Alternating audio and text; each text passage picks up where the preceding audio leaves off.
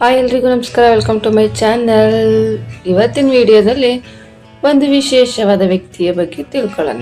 ಹಿಂದೆ ಒಂದು ಕಾಲ ಇತ್ತು. ಆ ಕಾಲದಲ್ಲಿ ಚಿತ್ರರಂಗ ಅಂದರೆ ಕೇವಲ ಬಾಲಿವುಡ್ ಮಾತ್ರ ಎಂಬಂತೆ ಬಿಂಬಿಸಲಾಗುತ್ತಿತ್ತು. ಅಹಂಕಾರ ಅಕ್ಷರಶಃ ಬಾಲಿವುಡ್ನವರ ನೆತ್ತಿಗೇರಿದ ಕಾಲ ಅದು. ಆ ಕಾಲದಲ್ಲಿ ದಕ್ಷಿಣ ಭಾರತೀಯ ಚಿತ್ರರಂಗವನ್ನು ಅಸಡ್ಡೆಯಿಂದ ನೋಡುತ್ತಿದ್ದ ಹಿಂದಿ ಉದ್ಯಮ ಇಲ್ಲಿಂದ ಯಾರಾದರೂ ಅಲ್ಲಿಗೆ ಹೋದರೆ ಅವರಿಗೆ ಕವಡೆ ಕಾಸಿನ ಕಿಮ್ಮತ್ತನ್ನು ಕೊಡುತ್ತಿರಲಿಲ್ಲ, ಅಡಿಗಡಿಗೂ ಹಂಗಿಸುತ್ತಿತ್ತು. ಕಮಲಾ ಹಾಸನ್ ಅವರಂತಹ ಕಲಾವಿದರನ್ನೇ ಬಾಲಿವುಡ್ ಆ ಕಾಲದಲ್ಲಿ ತುಳಿಯುವ ಪ್ರಯತ್ನ ಮಾಡಿತ್ತು.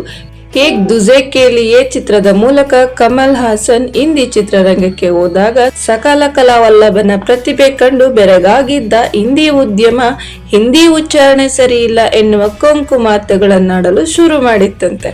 ಹಿಂದಿ ಪ್ರೇಕ್ಷಕರು ಕಮಲಾ ಹಾಸನ್ ಅವರನ್ನು ಒಪ್ಪಿಕೊಂಡರೆ ತಮಗೆ ತಿನ್ನೋಕೆ ಉಪ್ಪಿನಕಾಯಿ ಕೂಡ ಸಿಗಲ್ಲ ಎಂದುಕೊಂಡಂತೆ ಸಿಗಬೇಕಾದ ದೊಡ್ಡ ಅವಕಾಶಗಳನ್ನು ತಡೆಯುವ ಪ್ರಯತ್ನವನ್ನು ಕೂಡ ಬಾಲಿವುಡ್ ಮಾಡಿತ್ತು.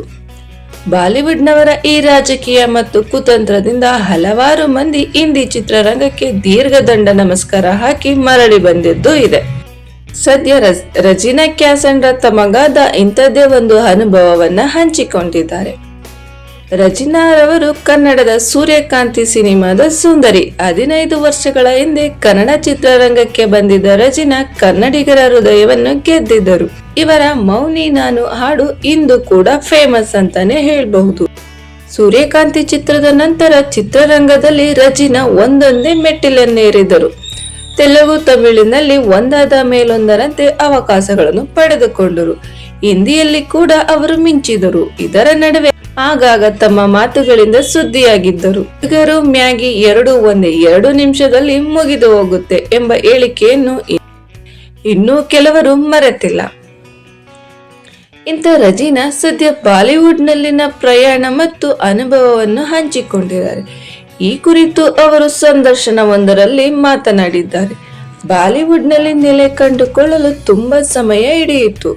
ನಾನು ದಕ್ಷಿಣ ಭಾರತದಿಂದ ಬಂದವಳಾದ ಕಾರಣ ನನಗೆ ಆರಂಭದಲ್ಲಿ ಇಲ್ಲಿ ಕಷ್ಟಗಳು ಎದುರಾದವು ಎಂದು ರಜನಾರವರು ಹೇಳಿದ್ದಾರೆ.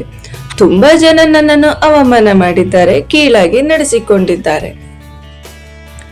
ಕೇವಲ ಮಾತುಗಳಲ್ಲಿ ಮಾತ್ರ ಅಲ್ಲ, ಅವರ ಕೃತಿಯಲ್ಲಿ ಕೂಡ ತಿರಸ್ಕಾರದ ಮನೋಭಾವ ಇತ್ತು ಎಂದು ಹೇಳಿರುವ ರಜಿನಾ, ಯಾರಾದರೂ ಬಂದು ನನಗೆ ಇಲ್ಲಿ ಕೀಳಾಗಿ ನೋಡಲಾಗುತ್ತಿದೆ ಎಂದು ಹೇಳಿದರೆ ನಾನು ಕೂಡ ಅದನ್ನು ಅನುಭವಿಸಿಯೇ ಬಂದಿದ್ದೇನೆ ಎಂದು ನಾನು ಹೇಳುತ್ತೇನೆ ಎಂದಿದ್ದಾರೆ.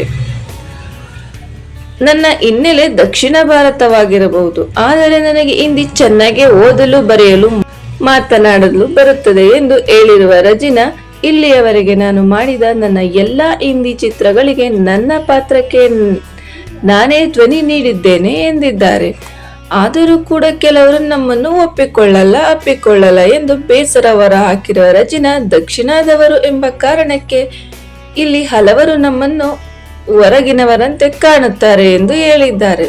ಆರಂಭದಲ್ಲಿ ಇಲ್ಲಿ ನಾನು ಬಂದಾಗ ನನ್ನಲ್ಲಿ ಅಳುಕಿತ್ತು ಎಂದು ಹೇಳಿರುವ ರಜಿನಾ, ಈಗ ಅಭ್ಯಾಸ ಆಗಿ ಹೋಗಿದೆ.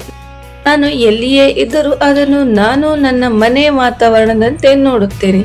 ಸಮಯ ಯಾವಾಗಲೂ ಒಂದೇ ರೀತಿ ಇರುವುದಿಲ್ಲವಲ್ಲ ಎಂದು ಹೇಳಿದ್ದಾರೆ. ಅಂದಹಾಗೆ 2010ರಲ್ಲಿ ಕನ್ನಡ ಚಿತ್ರರಂಗಕ್ಕೆ ಬಂದಿದ್ದ ರಜಿನಾ 2009ರಲ್ಲಿ ಹಿಂದಿ ಚಿತ್ರರಂಗವನ್ನು ಪ್ರವೇಶಿಸಿದರು. ಅನಿಲ್ ಕಪೂರ್ ಅಭಿನಯದ ಬಹುತಾರಾಂಗಣದ ಏಕ್ ಲಡ್ಕಿ ಕೋ ದೇಖಾ ತೋ ಐಸಾ ಲಗಾ ಇವರ ಮೊದಲ ಹಿಂದಿ ಚಿತ್ರ. ಇದಾದ ನಂತರ 5 ವರ್ಷ ಹಿಂದಿ ಚಿತ್ರರಂಗ ಇವರನ್ನು ಮತ್ತೆ ನೆನಪು ಮಾಡಿಕೊಳ್ಳಲೇ ಇಲ್ಲ. 2025ರಲ್ಲಿ ಅಕ್ಷಯ್ ಕುಮಾರ್ ಅಭಿನಯದ ಕೇಸರಿ ಚಾಪ್ಟರ್ 2 ಚಿತ್ರದ ಮೂಲಕ ಹಿಂದಿ ಬೆಳ್ಳಿ ತೆರೆಯಲ್ಲಿ ಕಾಣಿಸಿಕೊಂಡ ರಜಿನಾ, ಇದರ ನಡುವೆ ರಾಕೆಟ್ ಬಾಯ್ಸ್, ಫರ್ಜಿ ವೆಬ್ ಸರಣಿಗಳನ್ನು ಮಾಡಿದರು.